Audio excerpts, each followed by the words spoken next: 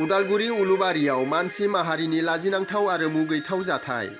थारैनो अननाय गैयै, गिनो रोङै, लाजिनाय गैयै जाबाय सुबुं माहारिनि खायसे सुबुंफोरा।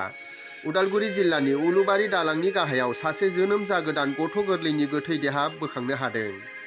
पुलिसआ फैनानै गोथै देहाखौ बोखांनो हादों होननानै खौराङाव मिथिनो मोननाय जादों। समाजनि बेरेखा, हाबा जायैनि सिगांनो बिमा जानायनि दागोखौ खोमोरनो थाखाय बे मुगैथाव खामानिखौ मावदों होननानै पुलिस आरो रायजो राजाफोरा सन्देह खालामदों।